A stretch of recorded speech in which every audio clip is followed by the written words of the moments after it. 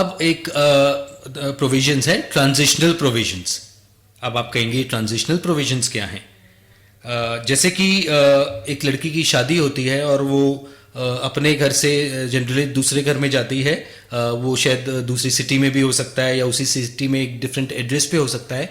तो बहुत सारे उस टाइम बीच में ट्रांजिशन वाले काम होते हैं कि बैंक अकाउंट शिफ्ट करना है एक प्लेस से दूसरी प्लेस में, जो आपके राशन कार्ड है, जो आपका आधार कार्ड है या आपका पासपोर्ट है, उस पर एड्रेस वगैरह चेंज होना है, या आपके जो भी सामान है यहाँ का अभी आपका वो सब शिफ्ट होना है। तो ये और कहीं ना कहीं दिक्कत होती है एक बार शिफ्टिंग में, ये शिफ्टिंग इसको बोलें तो ये सब चीज़ें फिजिकली भी शिफ्ट होंगी, नाम भी बदले जाने हैं, नाम चेंज होगा तो सब जगह नाम चेंज होगा, एड्रेस चेंज होगा, तो इसकी वजह से थोड़ी सी दिक्कत तो होती है। लेकिन ये कभी भी शिफ्टिंग जब होती है तो ये सब चीज़ें आप फेस करते हैं। तो इसी तरह से जब हम शिफ्ट कर रहे हैं एक लॉ से दूसरे लॉ की तरफ, अभी जो एग्जिस्टिंग हमारी एक्साइज लॉ है या वैट लॉ है, और इससे हम शिफ्ट कर रहे हैं एक्साइज ड्यूटी वगैरह से शिफ्ट करके हम जीएसटी की तरफ जा रहे हैं, तो यहां भी वो ट्रांजिशन का फेज आएगा। तो इसमें कई सारे मुद्दे आएंगे और यहां हमें ध्यान रखने की जरूरत है, और ये सही समय है जब हम इसके लिए तैयारी कर लें। ये आपको तब तक वेट नहीं करना कि जीएसटी आ जाएगा तब सोचेंगे ट्रांजिशन प्रोविजंस के बारे में, देर हो जाएगी, विल बी लेट। तो अभी आप इन चीजों का ध्यान रखें। इसमें क्या क्या चीजें आएंगी? Carry forward of input credit on stock, आपका जो स्टॉक है उस पे इनपुट्स जो आपने पे कर रखे हैं इनपुट टैक्स, उसका बेनिफिट डेफिनेटली आप लेना जाएंगे नए रेजीम में। तो उसके लिए क्या चीजों का ध्यान रखना है वो आपको देखना पड़ेगा। आपकी कुछ गुड्स कंसाइनमेंट एजेंट्स के पास पड़ी हैं, उनका क्या होगा? या आपकी गुड्स जॉब वर्कर के पास हैं और वो आपको जीएसटी रेजीम में वापस करता है, उनका क्या होगा? या वैसे ही कोई कस्टमर आपको गुड्स आपने बेच दी थी तो जब लगा था एक्साइज लगा था या वैट लगा था, लेकिन अब क्योंकि जीएसटी आ गया है, जब वो आपको वापस भेजेगा तो क्या होगा उसका? तो इस तरह की बहुत सारी चीजें हैं। या और क्या हो सकता है कि अभी आप रेगुलर डीलर हैं, जीएसटी में जाएंगे तो आप कॉम्पोजिशन डीलर बन जाएंगे, बनना चाहते हैं, या वाइस वर्सा, अभी कॉम्पोजिशन है और जीएसटी में जाके आप रेगुलर सप्लायर बनना चाहते हैं, तो क्या होगा? आपने 1,00,000 रुपए की गुड्स अभी बेच दी, जब जीएसटी रेजीम आया तो आपकी पार्टी तो पैसे ही नहीं दे रही थी, पेमेंट नहीं कर रही थी। कई बार होता ही है, कहते हैं भाई बहुत नुकसान हो गया तो हम तो इसकी पेमेंट नहीं करेंगे या कम करेंगे। तो फाइनली डिसाइड हुआ कि 75,000 के ऊपर मान लेते हैं कि 75,000 की पेमेंट कर दीजिए। अब जो ये 25,000 रुपीज का आपने डिस्काउंट दिया हुआ है उसका क्या होगा? क्योंकि टैक्स तो पहले आपने पूरे पे चार्ज किया था। इसी तरह से आपके वैट के, एक्साइज के, सर्विस टैक्स के पेंडिंग रिफंड्स हो सकते हैं, कोई केसेस हो सकते हैं, कोई लिटिगेशंस हो सकती हैं, कोई आपके डिमांड्स हो सकते हैं। तो इस तरह की बहुत सारी चीजें हैं जो आपको अभी सोचना पड़ेगा, देखना पड़ेगा, रिक्विजिट स्टेप्स लेने पड़ेंगे कि क्या करना है उसके लिए। क्योंकि अगर अभी ध्यान नहीं देंगे तो हो सकता है हम ये जो बेनिफिट्स इनसे रिलेटेड हैं वो लूज कर जाएं, वो खो दें। तो यहां आपको ट्रांजिशनल प्रोविजंस का ध्यान रखना है और अभी से तैयारी करनी है उसके लिए। और ट्रांजिशनल प्रोविजंस का एक हिस्सा है माइग्रेशन टू जीएसटी। जैसे कि अब तक आपको पता ही होगा और आप में से बहुत सारे लोग शायद ऑलरेडी माइग्रेट भी कर चुके होंगे जीएसटी एनरोलमेंट के लिए। तो स्टेट वाइज इन्होंने एनरोलमेंट प्रोग्राम रखा है, फेज्ड इम्प्लीमेंटेशन है ये जीएसटी माइग्रेशन की, क्योंकि एसएससीज का नंबर बहुत ह्यूज है, करीब 80 लाख एसएससीज हैं, और अगर ये सारे एक साथ माइग्रेशन करने लगते तो उनका जो पोर्टल है वो क्रैश कर जाता। इसी वजह से इन्होंने ये डिफरेंट डेट्स दी हैं जैसे आप देख रहे हैं।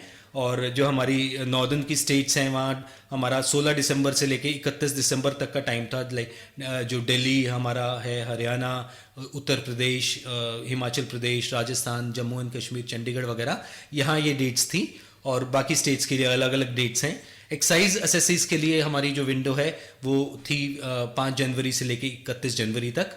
सर्विस टैक्स एसएससीज के लिए 9 जनवरी से लेके 31 जनवरी। ये बेसिकली हम बात करें उन लोगों की जो वैट में रजिस्टर्ड नहीं थे, क्योंकि पहले इन्होंने वैट वालों के लिए किया था। और अगर आप सिर्फ सर्विस टैक्स में रजिस्टर्ड हैं, जैसे आप चार्टर्ड अकाउंटेंट हैं या एडवोकेट हैं, तो उस केस में आपको 9 जनवरी से 31 जनवरी तक माइग्रेशन कराना है। इसी तरह से जो सिर्फ एक्साइज के एसएससीज हैं जो वैट में रजिस्टर्ड नहीं है, उनको 5 जनवरी से 31 जनवरी तक कराना था। और जो नए एसएससीज हैं, चाहे वो वैट के हों, सर्विस टैक्स के या एक्साइज के, जिनका रजिस्ट्रेशन अगस्त 2016 या उसके बाद हुआ है, उन केसेस में उनको माइग्रेट करना है 1 फरवरी से लेके 20 मार्च तक। तो इन डेट्स का ध्यान रखिए। अगर ऑलरेडी करा चुके तो अच्छी बात है, अगर नहीं है तो इसको टाइमली करा लीजिए, क्योंकि कुछ टाइम बाद फिर ये विंडो भी बंद हो जाती है या कुछ एडिशनल कंडीशंस डिपार्टमेंट लगा सकता है। और एक इम्पॉर्टेंट सवाल है ये जानना कि जीएसटी में हमें नए रजिस्ट्रेशन की बात करें तो नया रजिस्ट्रेशन कितने लिमिट में करना है, कि हमारी सेल्स या हमारा टर्नओवर किसी एक पर्टिकुलर लिमिट को क्रॉस कर जाए तो वो कौन सी लिमिट है। हमें पता है कि इंडिया में अभी वैट में अलग अलग स्टेट्स की अलग अलग लिमिट्स रही हैं। सर्विस टैक्स की ओवरऑल पूरी कंट्री के लिए एक लिमिट थी 10 लाख की, स्टेट की स्टेट वाइज लिमिट थी। दिल्ली के लिए रजिस्ट्रेशन लेना है तो दिल्ली की सेल्स को देखना है, हरियाणा के लिए रजिस्ट्रेशन लेना है तो हरियाणा के लिए देखना है। तो हर स्टेट के लिए अपनी इंडिविजुअल लिमिट थी।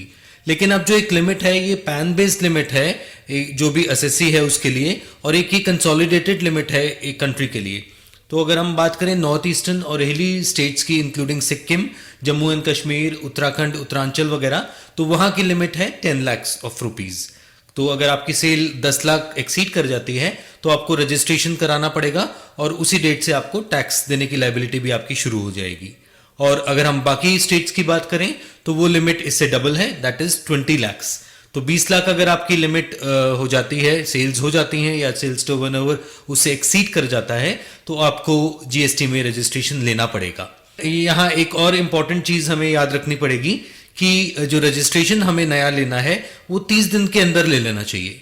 आप कहेंगे 30 डेज का टाइम ये क्यों इंपॉर्टेंट है? 30 डेज का टाइम इसलिए इंपॉर्टेंट है कि जो भी हम इनपुट क्रेडिट वगैरह लेंगे, जो भी हम परचेजेस करेंगे, उस पे जो हम टैक्सेस देंगे उसका अगर हमें बेनिफिट लेना है तो 30 दिन के अंदर रजिस्ट्रेशन करा लेना चाहिए। अदरवाइज जब से हम अप्लाई करेंगे तब से हमें ये बेनिफिट मिलेगा। अब जो हमारे छोटे या मीडियम वाले एसएससीज हैं उनके लिए सरकार ने एक इजी स्कीम दी है, जो है हमारी कॉम्पोजिशन स्कीम। वैट में भी थी, आपको पता है ज़्यादातर स्टेट्स में वैट में भी ये स्कीम थी, जहां एक स्पेसिफाइड टर्नओवर तक उन्होंने थोड़े से रिकॉर्ड्स रखने के लिए भी थोड़ा आसान स्कीम दी थी, और रिटर्न्स वगैरह के लिए भी कुछ आसान चीज़ें थी। तो ये इन्होंने हमारे जीएसटी में भी दी है। और ये याद रखिए कि ये स्कीम एप्लीकेबल है सिर्फ मैन्युफैक्चरर्स के लिए और ट्रेडर्स के लिए। तो जो व्यापारी हैं और जो निर्माता हैं, जो सामान बनाते हैं, जो गुड्स बनाते हैं, मैन्युफैक्चर करते हैं, उनके लिए ही है ये स्कीम। ये स्कीम हमारे जो सर्विस प्रोवाइडर्स हैं, चाहे वो चार्टर्ड अकाउंटेंट हैं, चाहे वो कुछ और सर्विसेज प्रोवाइड करते हैं, एसी मेंटेनेंस वगैरह के कॉन्ट्रैक्ट्स लेते हैं, या मशीनरी रिपेयर करते हैं, इंजीनियर्स हैं, इन सब केसेस में ये कॉम्पोजिशन का बेनिफिट नहीं ले सकते। और जो मैन्युफैक्चरर्स और ट्रेडर्स हैं वहां भी इसका बेनिफिट तभी मिलेगा जब उनका टर्नओवर 50 लाख तक है। 50 लाख से ऊपर हो जाएगा तो वो इस कॉम्पोजिशन स्कीम का बेनिफिट नहीं ले सकते, और ना ही वो इंटर स्टेट सेल कर सकते। जिस स्टेट में भी वो रजिस्ट्रेशन ले रहे हैं उनको उसी स्टेट में सेल करना पड़ेगा। अगर आप दिल्ली से हरियाणा को सेल करते हैं इवन 1 रुपए की भी, तो फिर आप कॉम्पोजिशन स्कीम में कंटिन्यू नहीं कर सकते, आपको रेगुलर स्कीम में जाना ही पड़ेगा। इसी तरह से जो आपने इनपुट टैक्सेस पे करे हैं उनका कोई बेनिफिट नहीं मिलेगा आपको कॉम्पोजिशन स्कीम में, ये आपके एक तरह से कॉस्ट होंगे। और इसी तरह से ना आप अपना जो कंज्यूमर है जिसको आप माल बेच रहे हैं उससे आप कोई टैक्स चार्ज भी नहीं कर पाएंगे, लेकिन आपको एक फ्लैट रेट पे टैक्स देना पड़ेगा जो आप ही बियर करेंगे। और क्या होगा ये टैक्स? ट्रेडर्स के केस में ये सीजीएसटी 1% होगा, कम से कम एसजीएसटी 1% होगा, और मिनिमम ये जो टोटल टैक्स होगा हमारा 2% होगा। कम से कम होगा, इससे ज्यादा हो सकता है, कम नहीं हो सकता। और मैन्युफैक्चरर्स के केस में सीजीएसटी 2.5% के करीब होगा, एसजीएसटी भी 2.5% होगा। तो टोटल जो मैन्युफैक्चरर्स के केस में कॉम्पोजिशन स्कीम के लिए जो ऑप्ट करते हैं उनका टैक्स का रेट होगा 5%। आईजीएसटी जैसा कि आप देख सकते हैं एप्लीकेबल नहीं है। क्यों? क्योंकि इंटर स्टेट सेल अलाउड ही नहीं है कॉम्पोजिशन स्कीम में। अगर आपने जीएसटी इनका स्ट्रक्चर देखा होगा या जो प्रोविजनल आईडी आपको मिली है वैट डिपार्टमेंट से या बाकी डिपार्टमेंट से, वो 15 अल्फा न्यूमेरिक है, और इसमें अलग अलग डिजिट्स का, अल्फाबेट्स का क्या मतलब है ये आप समझ लीजिए। जो पहले 2 डिजिट हैं वो स्टेट को डिनोट करते हैं। लाइक अगर हम दिल्ली की बात करें तो दिल्ली का कोड है 07, तो 07 जो कोड है वो आपका पहले दो नंबर अगर आपके जीएसटी नंबर में या प्रोविजनल आईडी में 07 है, उसका मतलब ये दिल्ली की रजिस्ट्रेशन वाली एसएससी है। और जो 3 से लेके 12 तक हैं अल्फाबेट्स या न्यूमरल्स या नंबर्स, वो हमारे पैन को दर्शाते हैं, वो बताते हैं कि ये है पैन इस आदमी का।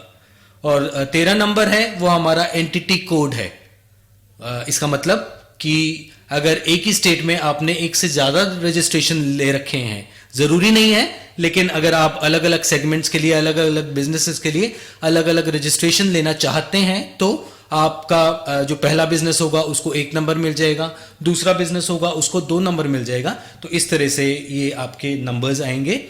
और जो 14 नंबर है वो उन्होंने अभी जेड एक ले रखा है, सेम ही रहेगा सबके केसेस में, शायद आगे इसका कुछ इस्तेमाल करेंगे। और 15वां नंबर है जो वो कोई चेक डिजिट, कोई कंप्यूटराइज्ड ऑपरेशंस के लिए होता है, तो उसके बारे में आपको सोचने की ज़्यादा ज़रूरत नहीं है। तो ज़्यादा इंपॉर्टेंट हमारे पहले और दूसरा वाला है जो स्टेट बताते हैं, उसके बाद जो अगले 10 वाले हैं वो हमारा पैन बताते हैं। तो ये हमारे लिए सबसे ज़्यादा इंपॉर्टेंट है।